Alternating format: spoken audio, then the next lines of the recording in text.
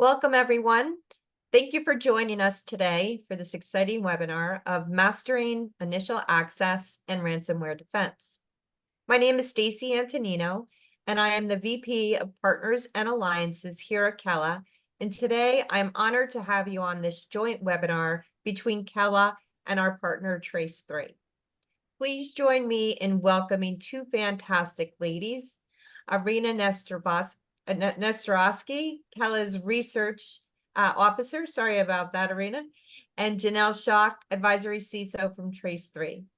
Together, we will take you on an eye-opening discussion on how CTI can help you detect cyber threats and prevent threat actors from gaining initial access and then converting it into ransomware attacks. You will be able to type in your questions during the webinar, and Janelle and Irina will be able to answer them at the end of their session. I would like to hand this over to Irina. Irina? Thank you, Stacy. And hello, everyone, and welcome to our joint webinar. Really excited to be here. As Stacy mentioned, I'm Kella's Chief Research Officer, and I will be talking about what we see in the cybercrime underground. And Janelle, a couple of words about you, please. Yeah, good morning, everybody, or good evening, good afternoon. Janelle Schock, I'm the advisory CISO here at Trace3, one of, and very excited to speak with you today about the cybercrime underground and timely detection.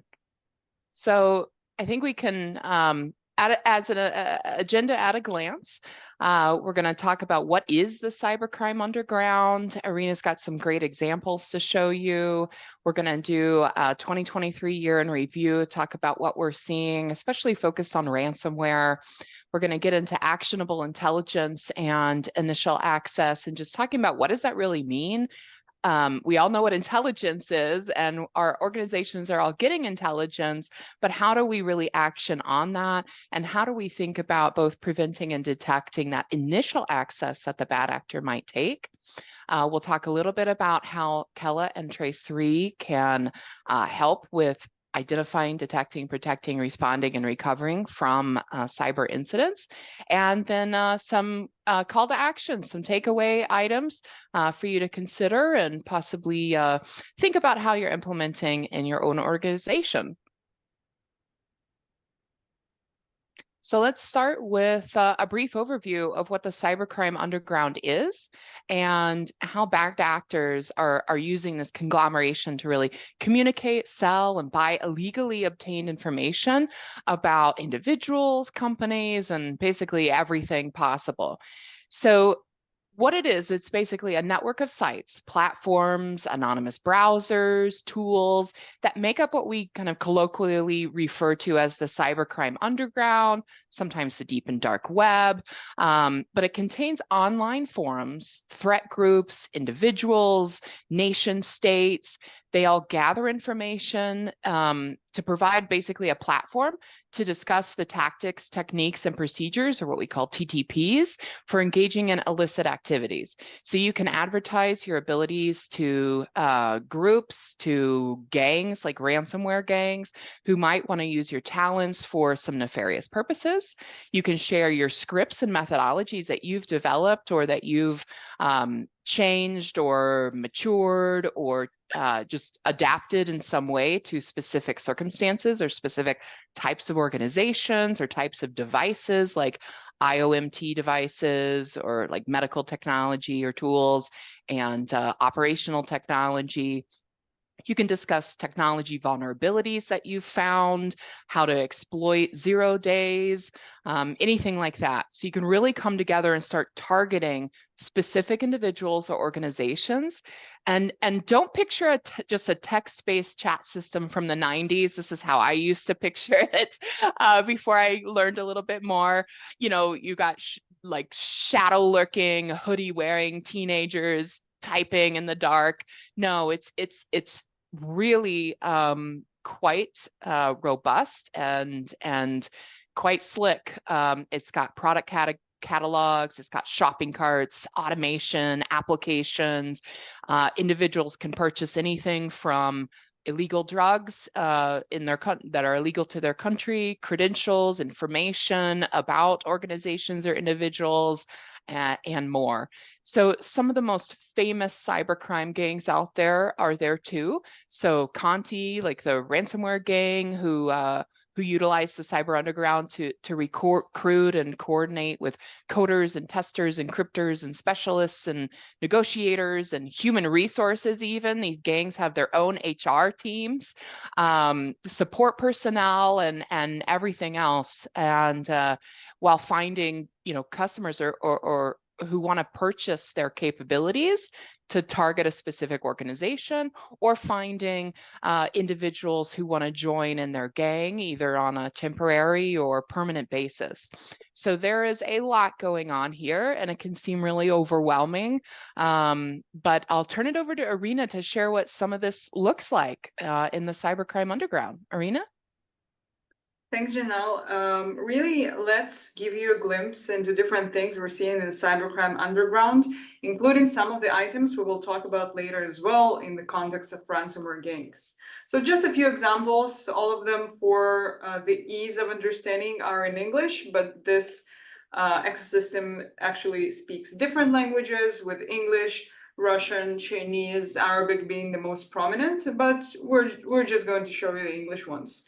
So what you see here is a post on a cybercrime forum named Exploit, mostly or originating in the Russian-speaking cybercrime underground. And you have an actor named No Piro, as you can see on the left, and he offers to sell access to a company in Nigeria. We'll definitely discuss this item later when we come to talk about ransomware and the relationship to initial access. So this is just to strike your interest. This one is a more technical offer. It's also from a different Russian-speaking underground forum, still in English. And this is an offer to sell information about how to implement an exploit of a vulnerability tracked under CVE 2023 and a lot of 3s and 2s. This is a use after free vulnerability in Linux kernel that can be abused to perform arbitrary reads, writes in kernel memory, or even crash the system. So you have here an actor who actually sells his capabilities that he developed to anyone who would like to abuse this vulnerability as well. Next one is a screenshot from an automated marketplace called Russian Market. Yes, very, very on the nose. On this marketplace, you can buy various digital illicit goods, such as accesses to RDP servers, information stolen from info-steal and malware-infected computers, called bots in some cases. And this information, as you can see on the screen, for just $10 usually, sometimes even less, will give you all of the victims' credentials saved in their browsers. So think when you save your passwords to your Chrome browser, this is what a threat actor or anyone who buys this and pays only $10 will get. They will get your banking logins, they will get your Gmail account passwords, and even, and what's more important in the context of this webinar, your corporate logins. So have you used your machine and you have unfortunately downloaded something you shouldn't have? You were phished, or you were anything has caused you to download a file or download something that caused you to be infected with an info-steal and malware. Your corporate login credentials are there to be sold for, or to be bought for only $10. What you can see here is an example of 3 machines, coincidentally from India, but those were just the top ones that appeared on my screen. And you can see here exactly which kind of resources those people who were infected have access to. This is kind of a preview for a threat actor or anyone who actually wants to abuse the information. And to continue this line of thought, it doesn't have to be dark and spooky as you saw in the previous screenshot. This is a screenshot from Telegram. So Telegram, a texting app and instant messaging app widely used worldwide, is frequently used by cyber criminals to promote their services, to share files, to share information. And this is one of those examples. This is another way to get similar information, so from info-steal and malware, but through Telegram in a nice and accessible way without having to log into some marketplace and don't know what to do with it. And finally, this is an example from just of how cyber criminals service various fraud-related services. So Janelle mentioned, renting your services or using different options. So here you have an offer for fake web pages that will steal your banking information. And this is offered for sale for just $200. So you want to pretend to be, for example, Capital One, you want to pretend to be any other US bank or any worldwide bank. Somebody will build this page for you, and anyone who will be redirected to your page will give their banking credentials to you for free. Janelle, this is you. Yeah. So that can all seem really overwhelming to security experts who's trying to really defend against that. And very well organized bad actors and gangs, as you can see. I mean, they are really being quite cooperative with each other. But having insight into the intelligence that's being discussed, bought and sold on the cybercrime underground, and really being able to action on that intelligence, we can start to defend against those activities because we know about the intelligence, we know what's being identified as potential vulnerabilities or risks before your ecosystem vulnerabilities get exploited. Because we all have vulnerabilities in our ecosystem. It's pretty much impossible to say 100% secure all of the time.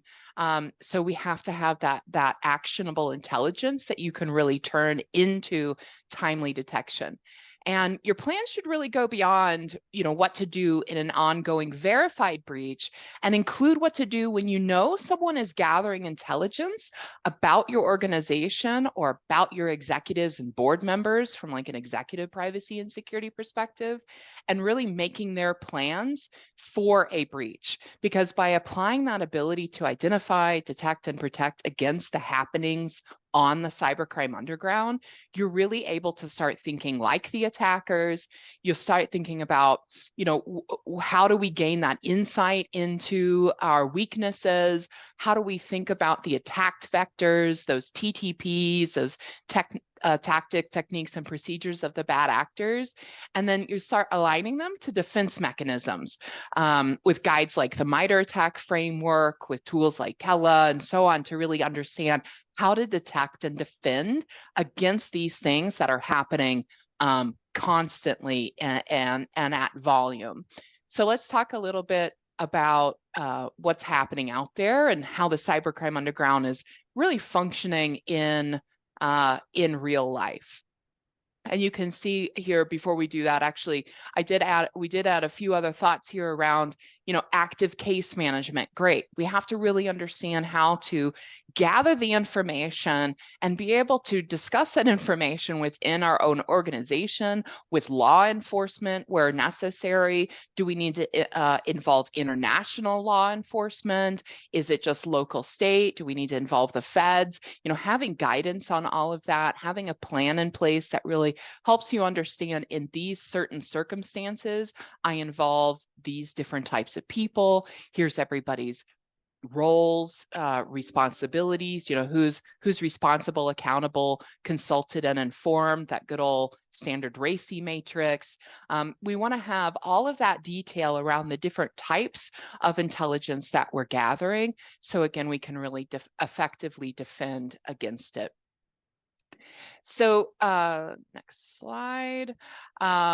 So from a 2023 year in review perspective, we've got a lot going on. We had a lot of different activities happening in the world. And in fact, I think if I go to this slide here, we talk about, there was an alarming 55.5% increase in victims worldwide from a ransomware perspective. We, through Kella, observed about 4,700, a little over 4,700 global attacks and verified extortions. The numbers of attacks kind of change depending where you're researching, but for the most part, it's looking about 1,500 to 2,000 per quarter of these verified attacks happening across the globe, and it's pretty crazy. We've got some really interesting information, like 75% of every organization is reporting that they've had at least one ransomware attack in 2023. So this is something that none of us can really forget about, and we have to really think about how do we stay proactive. So extortion attacks, we mentioned over 4,700, they can include things like data leaks, blackmail, other types of pressure on the organization or on specific individuals. There was over 2,000 network access listings that were highly prominent that were up for sale. Of course, the total number is wildly substantially more than that, but these were really highly prominent listings for major organizations. Initial access brokers are one of the suppliers of the ransomware as a service economy, where skill sets are for sale. Skilled bad actors can be recruited for one-time use or longer-term needs within gangs like Scattered Spider, Black Cat Play, Lockbit 3, which I think was the '1 ransomware gang in 2023, Alpha V, 3AM, Clop, and so on. There's so many of them. And we also see how those ransomware gangs will kind of ebb and flow. They'll rename themselves, but their tactics and techniques and procedures that they use really help identify them as they move from a naming, being named one thing to another. We also saw the surge of old tech, which I thought was really interesting. So scripts from 2004, like almost 20 years ago, being used because their very obscurity may mean that the modern security tools that we all have in our ecosystems might not detect them, or they're so simple that more modern solutions may allow them to run because they run so quickly and really slip in under the radar. So that was some of the interesting things that we've seen in 2023 from a numbers perspective. Irina, I know we wanted to get into a couple specific examples here, and I'll turn it over to you. Talk about Microsoft. Thank you.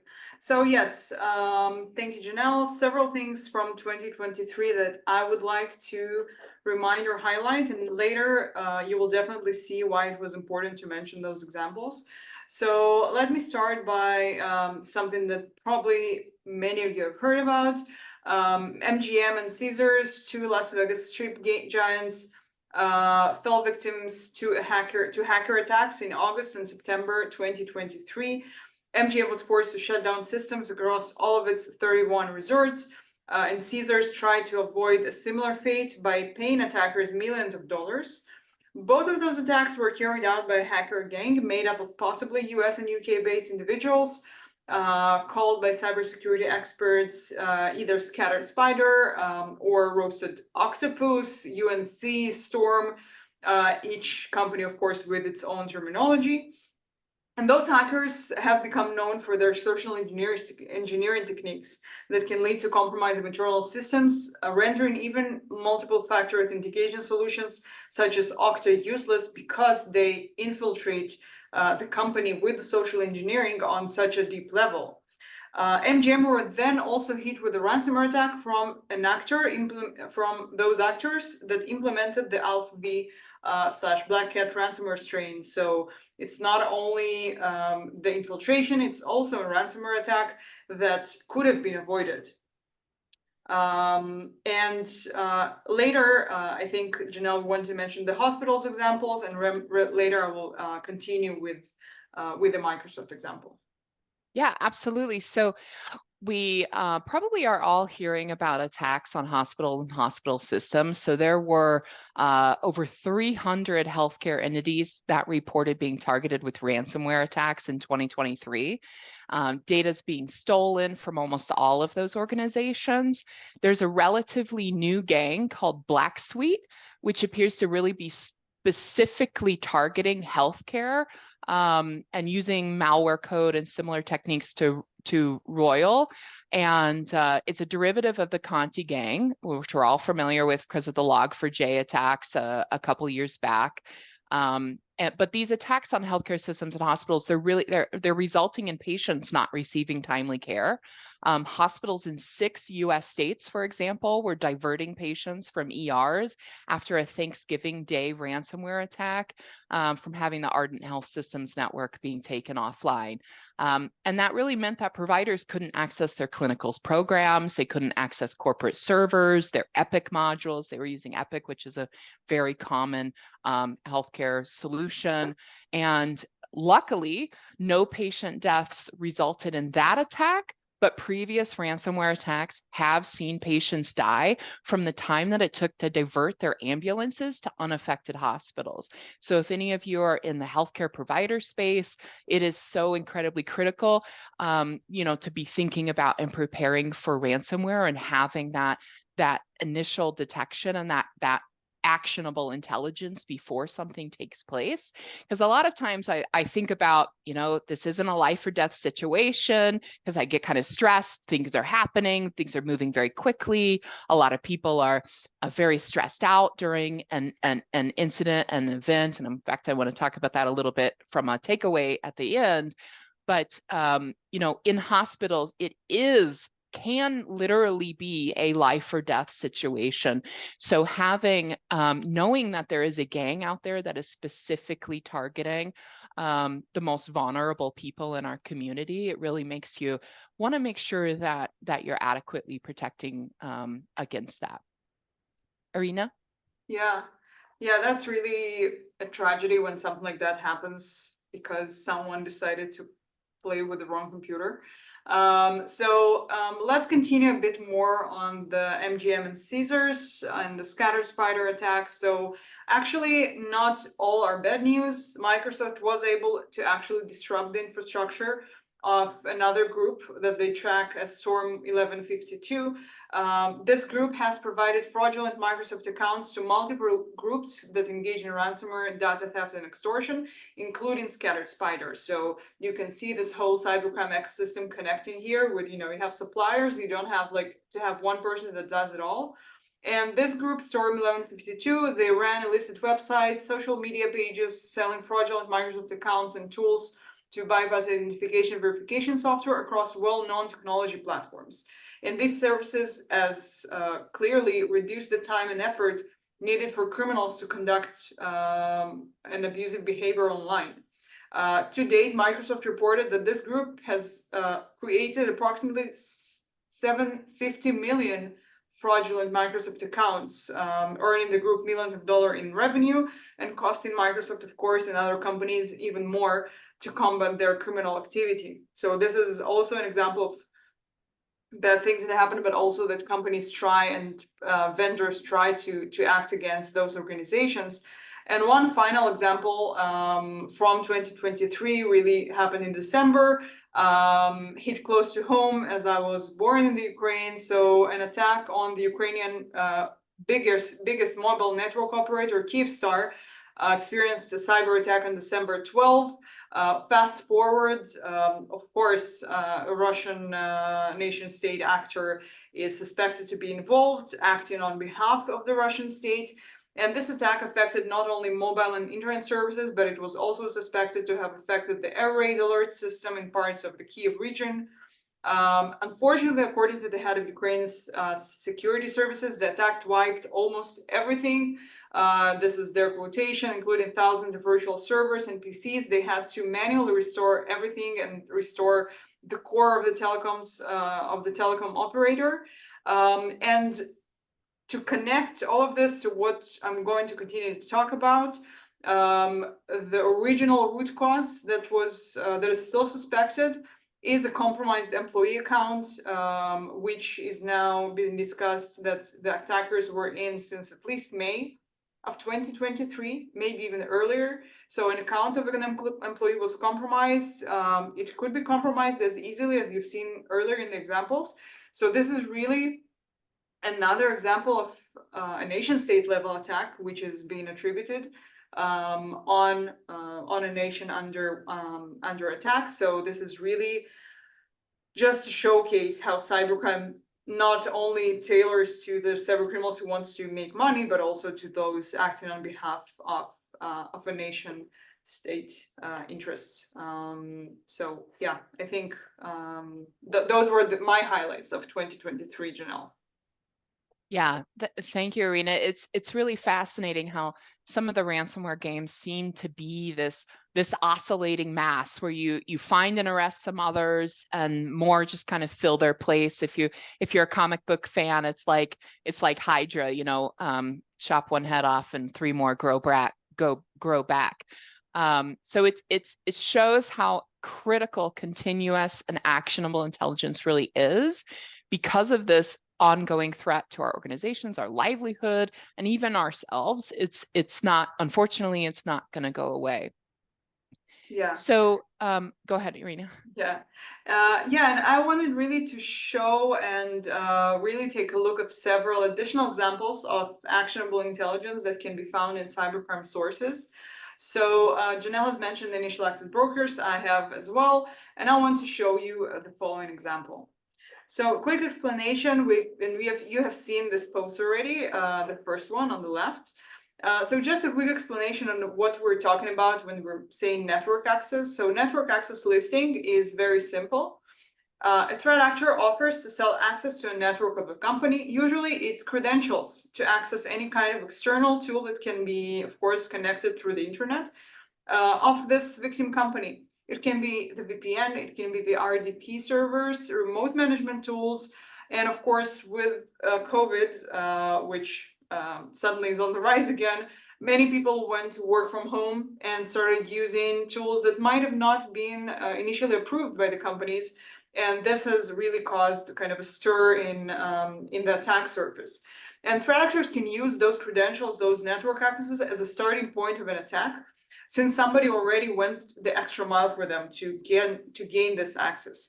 And so, as we mentioned, so you can see this actor no peer. We've seen him before. You can see that the actor does not mention the name of the company that he offers to sell access to. He just says second biggest telecom in Nigeria. So let's face it, it's not very conspicuous. You can Google that, and this is really what they either expect other criminals to do, or just to show how lucrative this access can be. The actors don't name the companies, they don't want to lose access or to get caught, but they do provide enough information to explain to fellow cybercriminals why should they want to purchase this access. And those access can go from hundreds of dollars for like a user access, and can be thousands of dollars for a domain admin, Active Directory access, etc.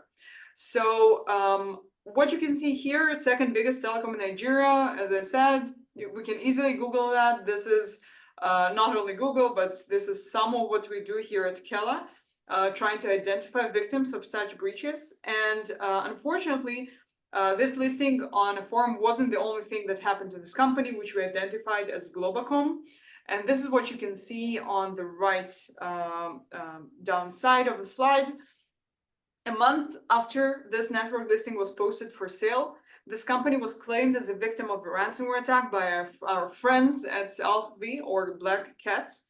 And this is important because not only ourselves have been seeing this kind of relationship, but also researchers have confirmed over the past couple of years that some of the initial access to ransomware victims originated in this type of listings. And therefore, a cause and effect line can be drawn from a network access that was sold in a forum to a ransomware gang actually using that access. Of course, we can't know for sure unless we actually see the correspondence confirming the sale, but this is a very high probability event, which we're tracking here at Kela and are trying to assist our clients with. But of course, such sale of network access is not the only way cybercriminals can get an initial foothold in an organization. Of course, you're all familiar with the MITRE definition, that initial access consists of techniques that use various entry vectors to gain their initial foothold within a network. Those techniques used to gain a foothold include targeted spear phishing, exploiting weaknesses in public-facing web servers.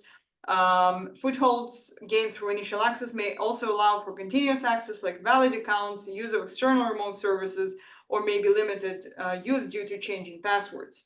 And so, really, initial access vectors of cybercriminals are not confined to what I just showed you, of course. They can be vulnerabilities exploited. Also, just as an example we've shown, deploying malware, conducting phishing attacks, leveraging compromised credentials, or employing other tactics like stealing information through third parties. And attackers frequently disclose their entry points on cybercrime underground forums, which we of course investigate. And I will dive into the access through valid accounts techniques here. But Janelle, what do you see of those techniques as being the hardest to protect from? I think we discussed the phishing that you have in your mind. We did, and the reason is not that phishing and spear phishing are very complicated attack techniques, but rather that we're all human and we all just get caught up in the day, and we are going through, I could receive 100 or 150 emails in a day, for example. So if you're going through all of that, you're trying to just get through your day, do your meetings, do your chats, do your presentation building, do all of these different things, and you see something that seems relatively normal, but it's asking you to click on a link. Maybe you just weren't paying enough attention to see who it was from. You weren't micro-examining every single aspect of the email, like all of our phishing awareness campaigns all teach us, it's look for misspellings, look for things that you don't expect. But as you're moving through the day, we're all human, we make mistakes, and that's what these bad actors are really counting on. So it is difficult to teach people effectively about phishing awareness and social engineering. And you have to live it. You have to have real world examples. You have to do phishing campaigns. You have to have consequences, but you also have to have, rewards for doing well. Keep in mind that a carrot is much more incentivizing than a stick. If you think about the whole carrot stick analogy, you're gonna, when you have positive reinforcement, there is a lot more attention that's being paid when they know that there's some kind of positive reinforcement than being afraid of a negative reinforcement. So that's something that I think a lot of people are considering and adapting throughout their training and awareness campaigns that they're doing within their organizations. But we all just have to have basically constant vigilance and really be thinking like an attacker, and then coupling that with that intelligence to know whether someone's credentials were compromised or a collection of credentials were compromised for your organization, and being able to apply that with specific activities. And I know there's a couple of questions that have been coming in. We will definitely get to those at the end. Keep them coming. Love the questions. Yeah. Irina, did you want to? Yep. Yeah, definitely. So yeah, unfortunately, the human factor is still kind of the number one way to get into the organization for all the reasons you mentioned. So all the protections and everything, definitely employee education, employee awareness has to be key in that. So if we go, and also of course this relates to my next point. So if we talk about the access through valid accounts technique next, I want to remind everyone on the webinar some additional attacks. So we had an attack on Okta, we had an attack on Uber, we had an attack on EA Games, and all of those fell victim to cyber attacks enabled by a single access point, which was compromised employee credentials. And in the ever-changing cybercrime landscape, cybercriminals always find ways to put their hands on corporate sensitive data. And one of the most popular ways to gather such credentials is something I've already shown you before, information stealing malware. So you can either employ your own, and that will take time and you have to learn everything, or you can simply buy that information, just as we've showed earlier, either on botnet markets or Telegram channels. And as I mentioned, two major means today for cybercriminals who don't want to employ their own info stealer exists. One is the botnet markets, such as Russian market that I've shown you, and 2Easy, and also clouds of logs. And clouds of logs operate on a subscription basis, allowing threat actors to purchase and utilize multiple bots together through platforms like Telegram. And Telegram, it's user-friendly. It has extensive bot sharing capabilities, and also diverse actors and information stealing tools collectively enhance the appeal and convenience of this messaging platform for conducting such transactions. And I want to show you a few additional examples, some of which you've already seen, of how this threat looks in the cybercrime underground. And so let's dive in. So as we mentioned, now with more details, this is an advertisement on Telegram named Moonlogs, and this is one of those channels that provide clouds of logs. So really, you pay a monthly fee or a daily fee, and you just get a feed of information stolen through info stealing malware. You don't have to do anything else. You just have to try and log into each of the credentials you see. You can search for a specific organization you might like. If you're targeting someone, you can look just for banking logs. You can do everything you want. The second one, also screenshot you've seen from Russian market. You can also see you have search options here. So here as well, you're either looking for a specific country or a specific provider, or for any reason you're targeting something, or again, you want to search for your organization, or not your, but the target organization. And as a result, you will receive all of this info. Another cyber criminal market is called XLead, and this is actually where you can find access to various corporate tools such as emails, VPNs, hosting servers, etc. Here also for really small amounts, or actually depending on the size of the organization, but still you can get access to someone's Microsoft 365 email or his entire environment. Really useful, you can see user-friendly a bit, and so on. And just as an example to show what it means, credentials. So this is a screenshot from our platform showcasing the amount of US government compromised credentials. So this means that someone logged into IRS portal, someone logged into student aid, probably not very critical because those are people, but obviously you can find here also, for example, secure login gov, maybe also for normal citizens, but also you can find, and we've seen credentials for the FBI, for a different secret service or not so secret services, and so on. You can see the numbers here. So those credentials were already compromised, and really showcasing not only the marketplace, but what already happened.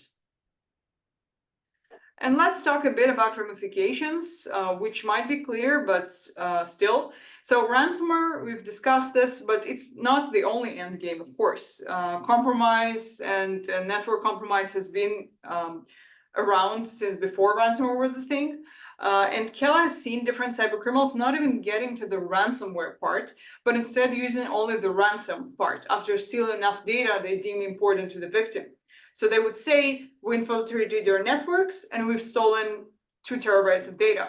Pay us, or we will release this, or we will use it, or we will send a message to the SEC saying that you've been breached and you have not reported it. Other results include something as simple as stealing information for further financial gain, corporate or nation-state espionage, and even compromising critical infrastructure, as was in the Colonial Pipeline incident 3 years ago, or the Kyivstar attack that I mentioned earlier. And all those are valid threats that can all start from something as small as an employee credential, as an employee compromised account, etc. And after this whole review of threats and incidents, let's talk about the part that you can control. How to deal and prevent those threats, and how can we at our respective organizations help. And I would like us to start with you, Janelle. Go ahead. Okay, great. So the security team at Trace3 really works with our clients to help them understand where they stand in the fight against ransomware and other debilitating cyber attacks. So we think about defense from a defense in depth perspective. We want to apply adaptive security controls based on real-time risks that are being detected in the ecosystems or with your data out in the cybercrime underground. And our defense in-depth strategy really covers everything from edge to core, everything in between, and helps you understand your data, your ecosystems, your identities, applications, people, and how they are all really critical to providing true defense in depth. We've got a ransomware readiness assessment that I think I have a slide on, or at least talking about our modern defense in depth strategy. We think about all of these different items here on this wheel, from everything from foundational network and infrastructure through to who are your people, where is your data, what are your applications, and how can we provide adaptive, real-time, risk evaluating access throughout your ecosystem. So when thinking about ransomware, we've got a ransomware readiness assessment. We cover data backup, recovery, immutability, holistic data protection capabilities, while helping you really understand your ability to identify that compromised information, detect ongoing cyber threats before they become a problem. The output from that assessment includes things like current application and threat landscape analysis, key ransomware topics and education, defense and recovery exposure, product capabilities, product evaluation where necessary. That's really tailored to your and customized to your defined requirements and critical next steps, or any kind of opportunities or gaps that are discovered as part of that analysis. We also have things like our cybersecurity framework and MITRE ATT&CK framework assessments that really help analyze the controls you have in place, identify critical weaknesses.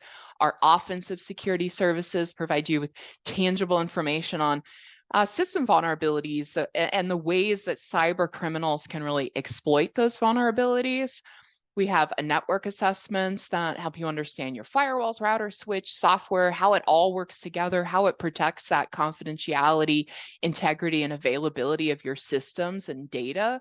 And understanding anomalies in network traffic. So did someone gain initial access? Does that seem to be something that is out of the norm, or is a little hinky for that user or their peers, or the packets and data that's happening across your data flow across your ecosystem? And then we have things like defense in depth, again, that really, again, help you understand how to mitigate risks for your most critical data and assets. And the team really understands how cyber criminals think, so we can help you defend against them. Irina, I think you were going to talk a little bit about how you can see recommendations on actual threat intelligence. So I'll hand it over to you around tracking, remediating, and preventing.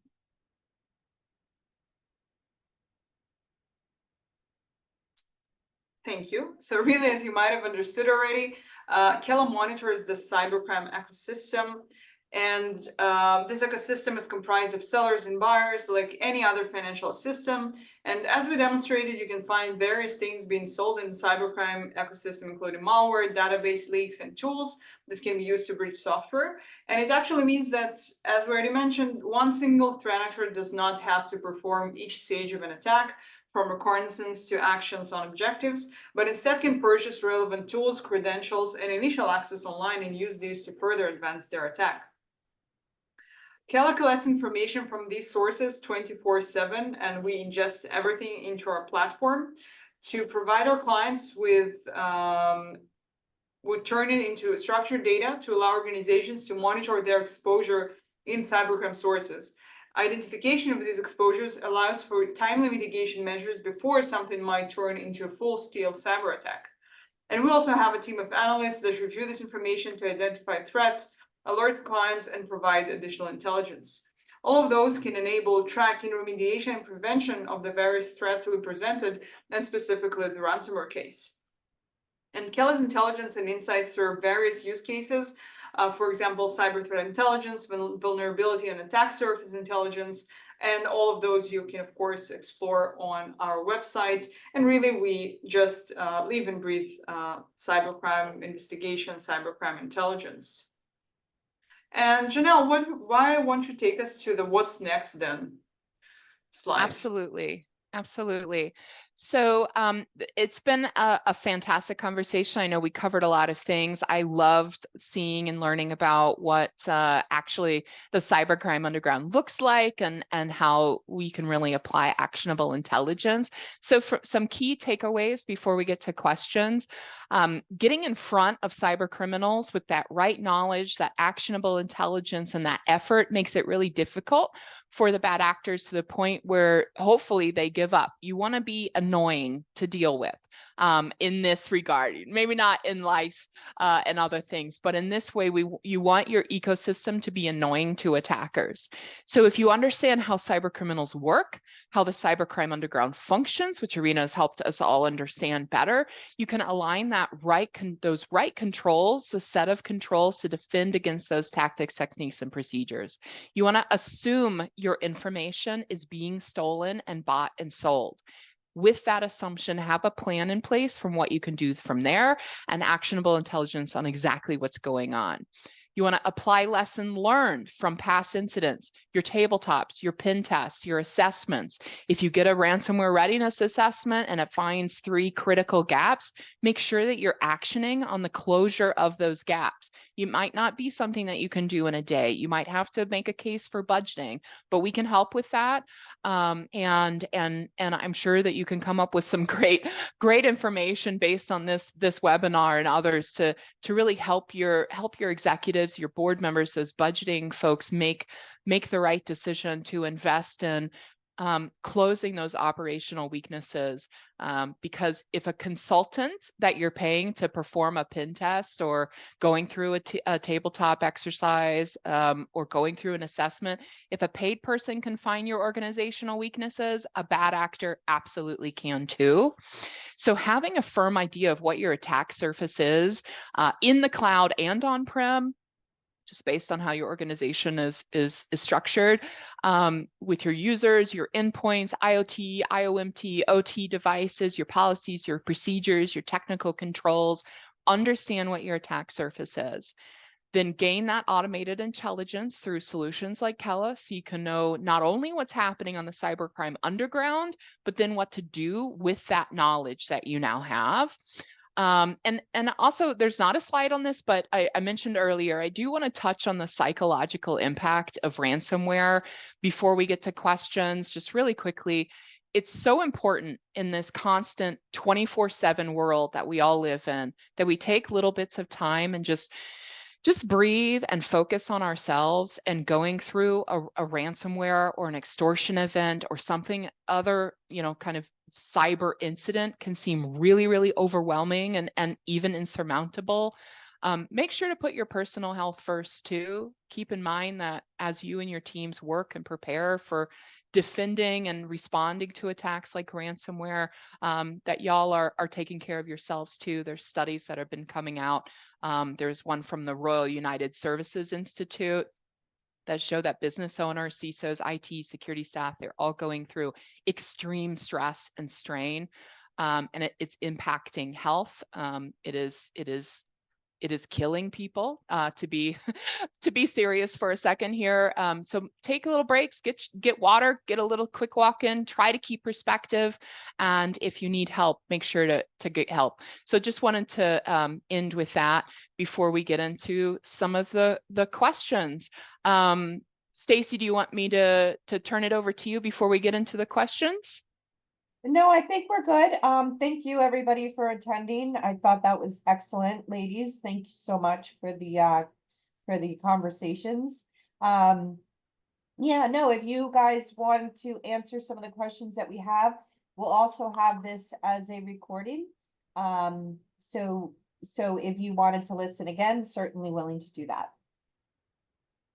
So Fantastic. Janelle or Irina, I'll hand it over to you. Great. Well, it looks like we've got a few questions. So the first one, Irina, I thought would be a great one for you to talk about. Do you happen to detect initial access within Kella itself? And in general, how are private cyber intelligence companies, or excuse me, are private cyber intelligence companies high targets for cyber criminals? And I can give the Trace 3 perspective, but would love to hear from you first. Sure. And just the slide I turned over to is actually an incentive for everyone to go and try for themselves how the Cybercrime Underground looks through our website, a complimentary 2 weeks free trial of our services. So that's on that because it's already on the screen. But to the question that was asked, really, that's a great question. And unfortunately, yes, cyber intelligence companies are being targeted, sometimes out of spite. So we see cyber criminals kind of ranting on cybersecurity companies that they, for example, there was a company, I actually don't recall the name now. It was one of the big ones. And they were claimed as a victim by the Lockbit group. And this actually didn't happen, but they posted on their website, like, since you're such big, whatever, like they actually mocked them after something that they did or something that they said about Lockbit being affiliated with some initial access broker. So out of spite, they kind of posted their name as a victim, although nothing happened. They just wanted to gain their attention, and definitely they did so. And we definitely have seen claims of accesses or having source code being leaked online on cybercrime forums. Some of the claims were more true, some were less true, but definitely we are seeing that. Of course, we cannot respond to whether we've seen something to our companies. But you get the idea. So that is a great question, but unfortunately that happens. Yeah, and I agree with everything that you said, of course, but I mean, every organization should have a budget for cybersecurity. Trace3, of course, is no exception. We certainly take threat intelligence and other things, but into a consideration, across our security program. So I agree. I mean, I even had the thought when we were doing this webinar, I was like, oh, I wonder if we're going to be targeted even more as a result of this webinar. And the answer is, yeah, probably. So, but that's just the way of life, and you have to be able to share information and have conversations and talk about things. So we'll be on the lookout, as I'm sure Kella will be as well, and all of us are. So great question. Yeah. Yes, great question. The next question was on the ransomware readiness assessment. And can we share some frameworks or tools that can be effectively used? So we have on the Trace3 side, I'll kick off, and Irina would love to know your thoughts as well. So we do have our own kind of ransomware framework that we utilize, but it is very heavily inspired by the NIST cybersecurity framework profile for ransomware risk management publication. I think it's 8374. So I think that's what it is, 8374. So that NIST profile for ransomware is a great framework, a great starting point for y'all. And of course, we do add on to that, taking also into consideration things like the MITRE ATT&CK framework and just real life examples of what we've seen our clients going through when they're going through a ransomware attack. All of that has helped inform the framework that we utilize. But we can and do perform NIST profile for ransomware assessments, and also more deeper dives that include things like your data backup and recovery capabilities, your immutability of your data, because a lot of big attacks will target both your data and your backups. There's recent news that just came out, I think late last week, about some different attacks on tape backups and other types of backups that are out there. So our framework kind of considers all of that. But if you want something that is accessible on the web, there is that NIST profile for ransomware. Irina, anything you wanted to add there? Yeah, so from our perspective, from the cybersecurity vendor perspective, definitely knowing what is out there about you already, as Janelle mentioned, assume everything is out there, but you can also narrow it down to what is already out there in cybercrime sources. And unfortunately, we are seeing credentials being relieved, being reshared over and over again. We're seeing cyber criminals abusing the information that's already out there for brute forcing organizations and so on. So the first step, it's not a readiness assessment, but once you're aware of what your attack surface looks like, you will be more ready than you were before. So you will know what are the weakest links in your organization through tools such as, of course, Kela. And then you'll be able to, of course, adhere to any kind of framework that exists to remediate that. Yeah, great. And Yeah. and there was another question, we touched on part of it when we were talking about Fidel's, if I apologize if I'm pronouncing your name incorrectly, your question, but what are the specific industries or sectors that are most susceptible to ransomware attacks?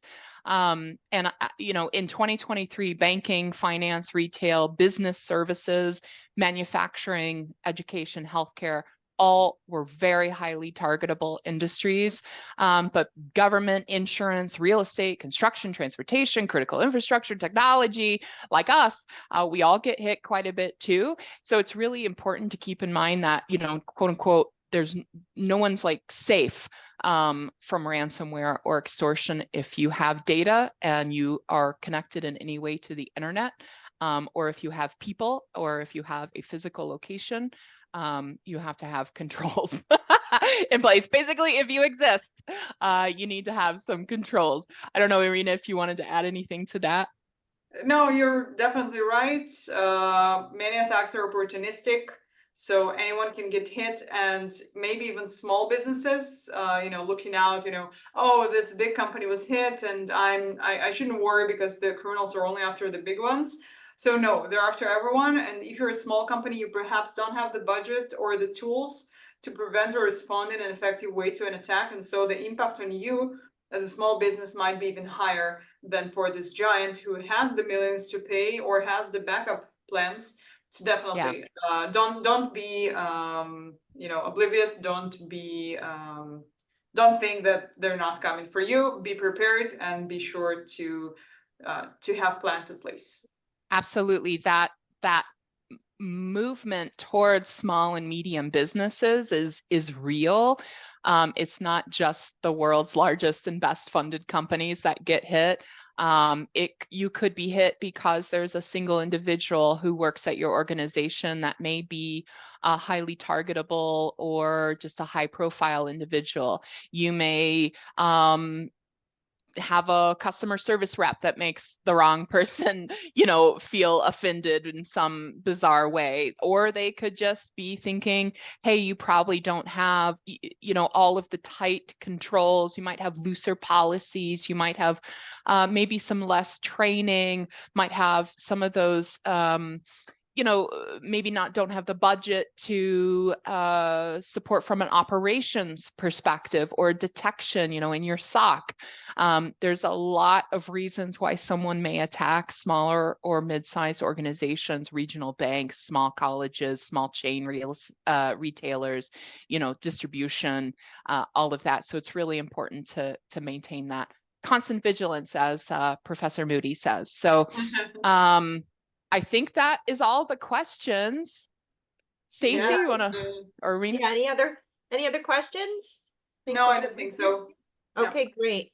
So again, thank you to everyone for participating. Special thanks to Janelle and Irina. We really did want to highlight the partnership here. And you know, Trace3 and Kela, we work very well together. Trace3 with a broad range of security and technology partners and services and managed services. And again, Kela bringing cybercrime intelligence, helping understand real-time data and what's being discussed, bought, and sold in the cybercrime underground. We're happy to talk to you more about the partnership and how that is very helpful for our customers. And in the meantime, you're free to start our free trial and to see what you can find while hunting. Fabulous. Thank you, Stacey. Thank you, Irina. everyone. Have a Thank you, great everyone. evening. Thank you. Bye-bye. Bye-bye.